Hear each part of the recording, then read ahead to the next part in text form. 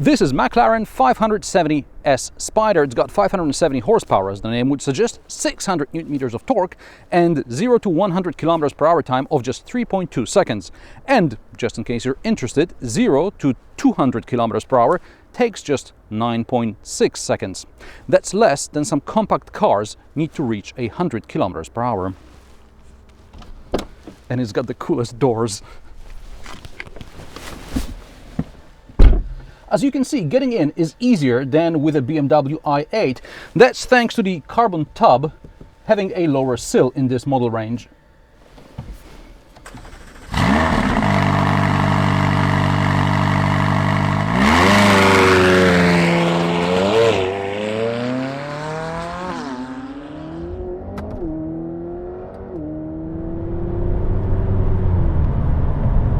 Before I tell you how this McLaren 570S Spider is to drive, a few words about the McLaren lineup and positioning of this model.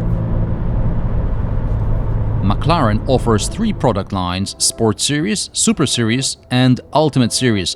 These can come in LT, S or C versions. Super Sport is the baseline for €200,000, give or take. Power ranges from 540 to 600 horsepower.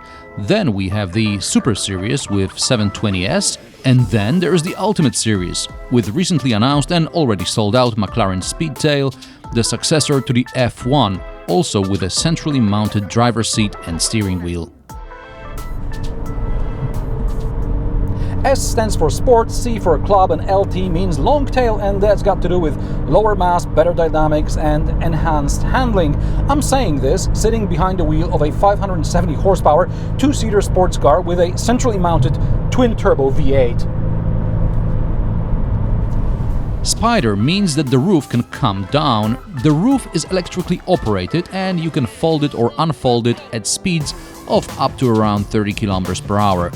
The roof disappears behind the passenger compartment where the coupe has some extra storage space. There is some storage space here as well, but we'll get to that later. Today I'll keep the roof closed for better sound, but I drove with the roof down and I had no problems with turbulence or cold air. McLaren 570S competes, more or less, against Porsche 911 Turbo S, Ferrari 488 or Audi R8. All of these cars offer similar performance on the road, but on the track, McLaren should have an advantage thanks to lower weight. McLaren is even 200 or 250 kilograms lighter than the Porsche and the Audi. And you can feel this lightness. McLaren 570S is fast, but not brutal. Sure, press the accelerator deeper and you speed up from 70 to 140 in less time than it takes to put on an indicator to overtake. However, changing gears, turning, braking, overtaking is not a blow. It's not a poof. It's not like in heavier cars. It feels natural. I can't explain it better. Steering remains hydraulically assisted. When I picked the car up, for a minute I thought there is no power steering at all. Electric power steering got us used to comfort. Thanks to keeping power steering hydraulically assisted, McLaren 570S has better steering feel at higher speeds. The car keeps straight and true, and whenever I turn the wheel, it's as if my arms are an extension of the front tires. It's unbelievable. Also, suspension is incredibly good. I drove the McLaren fast on some bumpy roads and I had no problem keeping the car in a straight line. Yes, the suspension is stiff, but the wheels keep constant contact with the ground. In case you encounter some bigger obstacles, there is a front suspension lift option in the menu in the instrument cluster. In a couple of seconds you can raise the front suspension by 4 centimeters, but so far I haven't encountered a speed bump too large. You just have to take it slow. Let's talk about drive modes. There are two switches. One is for handling and the other one is for power turn. Each one can be set into one of three positions: normal, sport and track. After starting the car, both modes are normal. However, when you press the active button, you activate the switches to whatever they are set, and you can play around with them. So, for example, you can have the suspension in normal and powertrain in track, or the other way around. You can also switch ESP off, well, not off, but reduce it significantly, and you can turn the gearbox into manual mode, true manual. Depending on the mode, different information is displayed on the instrument panel, including tire temperature. In 570S, suspension settings are for the stiffness, but 720S also has so-called magic carpet ride, like in DS7 or Rolls-Royce Phantom. Powertrain settings affect reaction to the gas pedal. In normal mode, it takes a while for turbo pressure to build up. Sport and track modes make the car much more responsive and aggressive. Sound remains unchanged. I'm not sure if I like it, but I think it suits the car. During my test drive, fuel consumption was around 13 liters per 100 kilometers combined. That's probably around 18-19 mpg US. Gears change quickly, but without the strong kick you get on a BMW M3 or Lamborghini Gallardo. In manual mode, paddles work both ways, so you can push it to get a reverse effect. I'm not sure under what conditions I'd be driving with one hand in manual mode, but if I wanted to, I could. To sum up everything that's great about the McLaren 570S, I should add something about the design and functionality. This is supposed to be your everyday usable McLaren, well, as usable as a 200 grand two-seater sports car can be.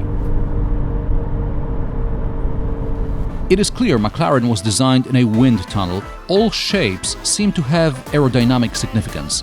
There is as much theater in it as there is function. This car looks the part, and it attracts children as well as adults.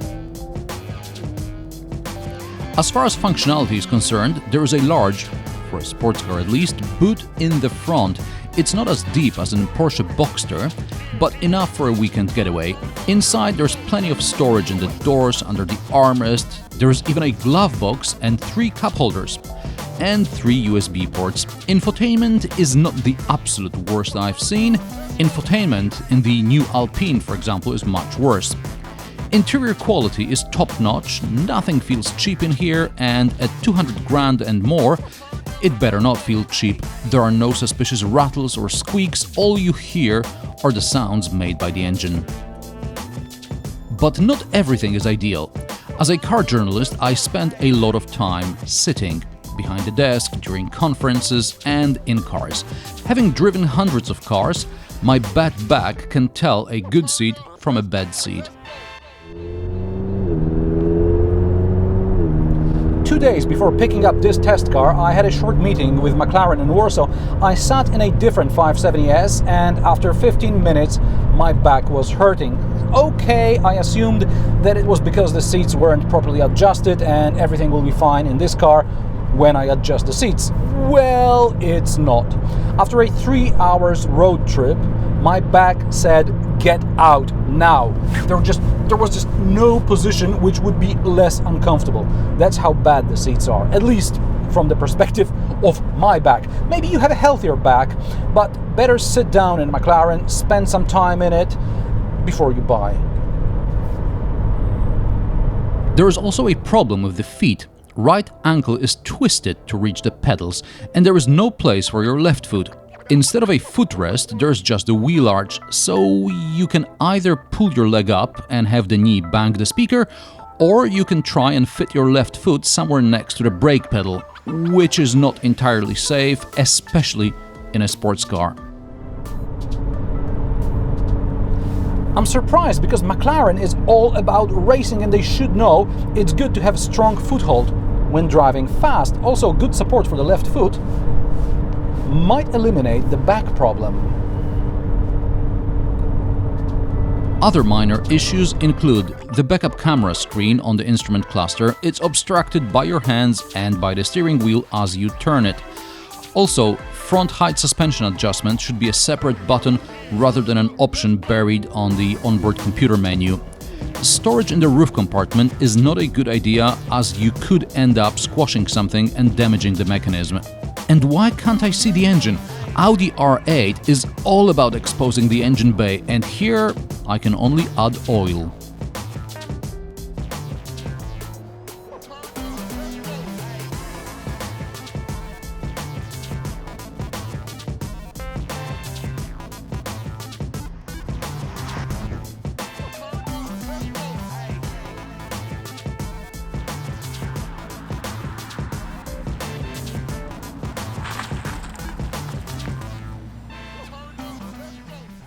McLaren 570S is a supercar with all the advantages and disadvantages. It's great to drive and experienced drivers will appreciate handling.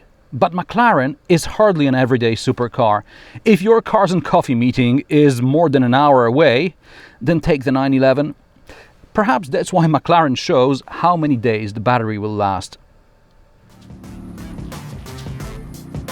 And something someone's bound to ask in the comments section: can you drive this car with the doors open?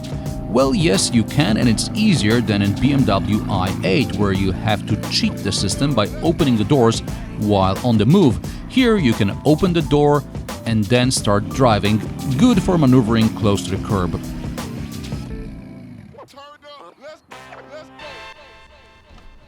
And it's got the coolest doors.